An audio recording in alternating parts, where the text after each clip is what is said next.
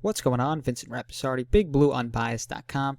In this video, I want to talk about Kyler Fackrell. So the Giants signed Kyler Fackrell in free agency, a one-year deal, $4.6 million, and he wasn't exactly the big-name edge rushing option that many expected the Giants to sign. He wasn't Jadeveon Clowney or Robert Quinn or Dante Fowler. They didn't trade for Yannick Ngakoue, but Kyler Fackrell does add a ton of hidden value, and that's something I talk about a lot in my videos. I talk a lot about analytics because I really want to inform a ton of people on the value and the context that analytics can add. So with Fackrell last year with the Green Bay Packers, he only had one sack. So if you look at the traditional box score, you would say, okay, well, he only had one sack. That's not very impressive. But if you look at the advanced metrics, among linebackers with at least 150 pass rushing snaps, Fackrell was second in quarterback hit percentage, third in hurry percentage, fourth in knockdown percentage, and ninth in pressure percentage.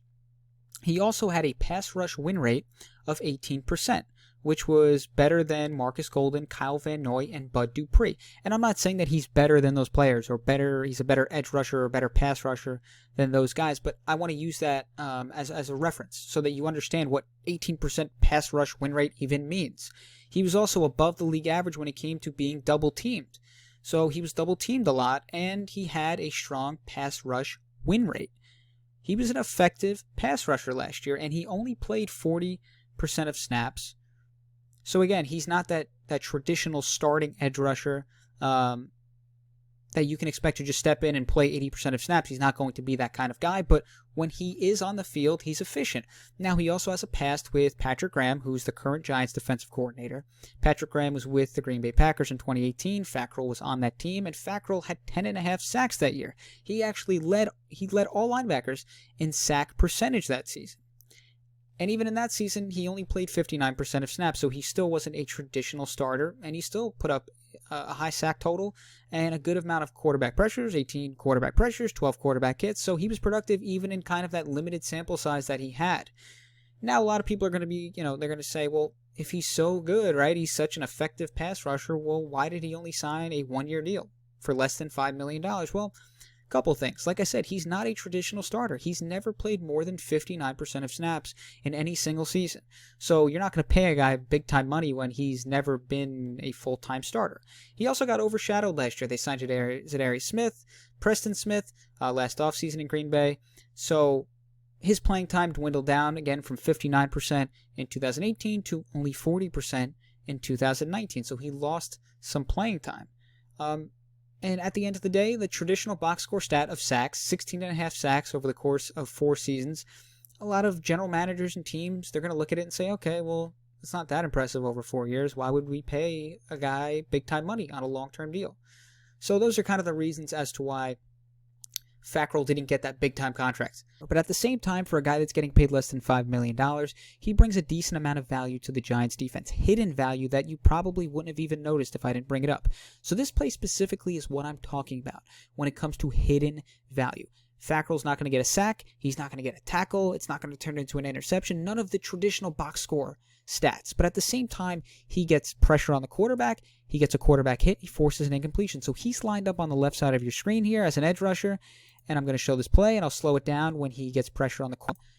Right around here, again, forces pressure, gets a quarterback hit, forces a wobbly pass, and forces an incompletion. And this play could have been a nice gain down the field. Instead, it's an incomplete pass.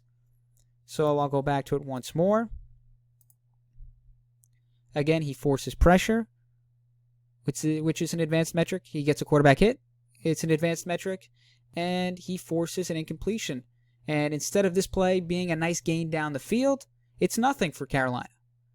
So that's kind of the hidden value that I talk about, that it won't pop off the page with his one sack on the season, but that's something that he does add to a defense. So many are probably wondering, what are the Giants going to do with Kyler Fackrell and O'Shane Ximines and Lorenzo Carter, and if Marcus Golden returns, how are they going to fit all of these pass rushers together? Here's a good example from last year. With the Green Bay Packers. As you can see, Kyler Fackrell is rushing for more of an interior spot. They have Zadarius Smith and Preston Smith both on the field. And not only is he able to get pressure on Jimmy Garoppolo, but he's going to finish the sack.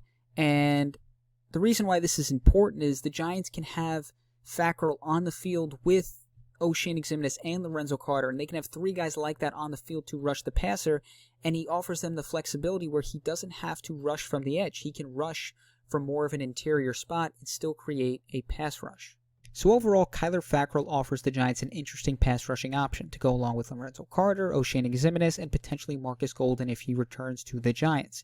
Earlier in the offseason, Dave Gettleman talked about the Giants potentially scheming up a pass rush. They don't have a big-name edge rusher like Khalil Mack or Von Miller, so they're likely going to need a team effort in order to get pressure on the quarterback in 2020. So that's all I got. Vincent Rappisardi, BigBlueUnbiased.com. You can follow me on Twitter at Vince Rappisardi. I also have a podcast, the Big Blue Unbiased Podcast, which is available on iTunes, Stitcher, Spotify, and all those other platforms. If you like this kind of content, give it a thumbs up and make sure to subscribe. Thanks again, Vincent Rappisardi, BigBlueUnbiased.com.